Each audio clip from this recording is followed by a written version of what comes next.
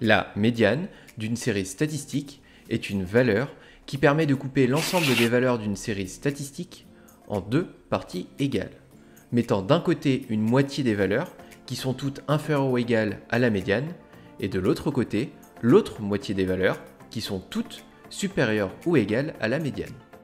Regardons ensemble la méthode pour calculer la médiane d'une série statistique.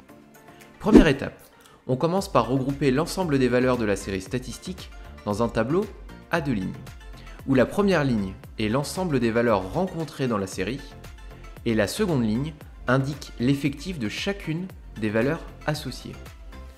Attention, et c'est important, les valeurs doivent être rangées dans le tableau de la plus petite valeur à la plus grande, c'est-à-dire dans l'ordre croissant.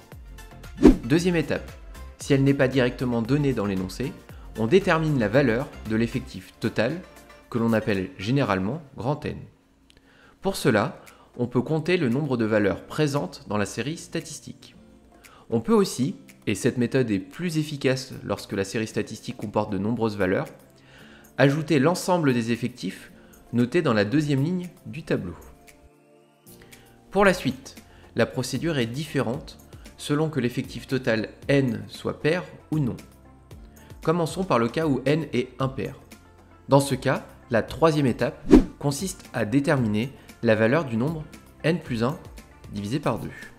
Alors attention, cette valeur ne correspondra pas à la valeur de la médiane, mais plutôt à la position de la valeur de la série statistique qui, elle, sera égale à la médiane.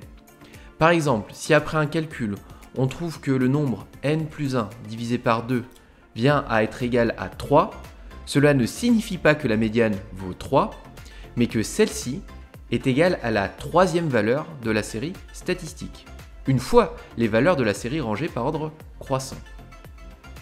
Enfin, toujours dans le cas où n est impair, la quatrième étape consiste à déterminer la valeur de la série statistique dont la position est égale à n plus 1 divisé par 2. Par contre, si n est pair, la troisième étape consiste à calculer les valeurs des nombres n divisé par 2 et n divisé par 2 plus 1. Là encore, ces calculs ne permettent pas d'obtenir directement la valeur de la médiane, mais nous donnent seulement la position des valeurs de la série statistique qui vont jouer un rôle particulier à l'étape 4.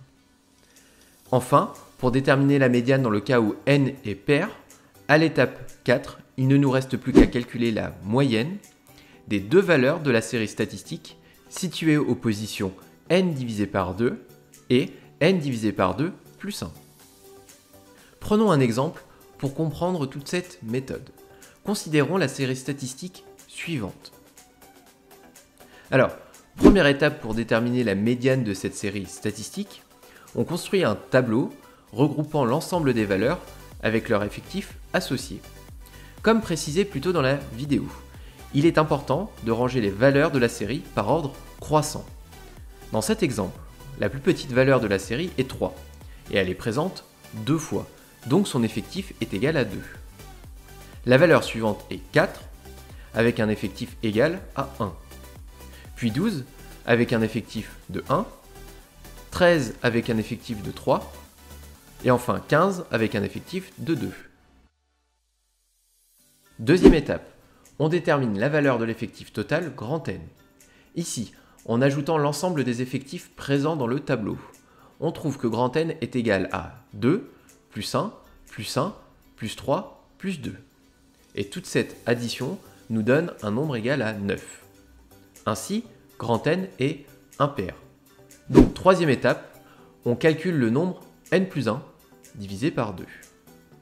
Ainsi, n plus 1 divisé par 2, en remplaçant grand N par 9, nous donne 9 plus 1 divisé par 2, c'est-à-dire 10 divisé par 2, c'est-à-dire 5.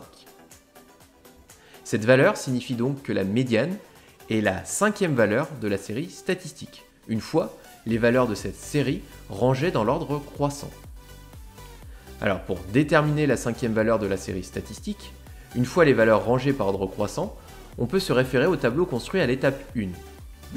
On observe que l'effectif de la valeur 3 est égal à 2. Donc la première et la deuxième valeur sont toutes deux un 3. La troisième valeur, elle, est le seul 4 présent dans cette série. La quatrième valeur est, elle, le seul 12 présent. Puis la cinquième, sixième et septième valeur sont des 13. Ce qui nous intéresse, nous, c'est la cinquième valeur, qui est donc ici 13, donc la médiane dans cet exemple vaut 13. Prenons un second exemple. Considérons une nouvelle série statistique que voici. Déterminons, comme dans le premier exemple, la médiane de cette série statistique. Première étape, on construit le tableau en prenant soin de ranger les valeurs dans l'ordre croissant. Ici, il y a un seul 1, 2, 2, 4, 3, 2, 4, un seul 5 et 4, 6. Deuxième étape, on calcule l'effectif total grand N. Grand N est égal à 1 plus 2 plus 4 plus 2 plus 1 plus 4, ce qui nous fait 14. Ainsi, grand N est pair. Donc, troisième étape, on calcule grand N divisé par 2 et grand N divisé par 2 plus 1. Grand N divisé par 2 est égal à 14 divisé par 2, c'est-à-dire 7. Et grand N divisé par 2 plus 1 est égal à 7 plus 1, c'est-à-dire 8. Ainsi, la médiane est dans cet exemple la moyenne entre la 7e et la 8e valeur de la série. La première valeur de la série est le 1. Les deuxième et troisième valeurs sont des 2. Les quatrième, cinquième, sixième et septième valeurs sont des 3. La huitième valeur est l'un des deux 4 présents dans la série. Ainsi, la médiane de cette série est la moyenne des valeurs 3 et 4, c'est-à-dire 3,5. On remarque par ailleurs dans cet exemple que la médiane n'est pas nécessairement une valeur de la série statistique de départ. En effet, ici dans cet exemple, elle est égale à 3,5, valeur qui n'est pas présente parmi les valeurs de la série statistique initialement étudiée.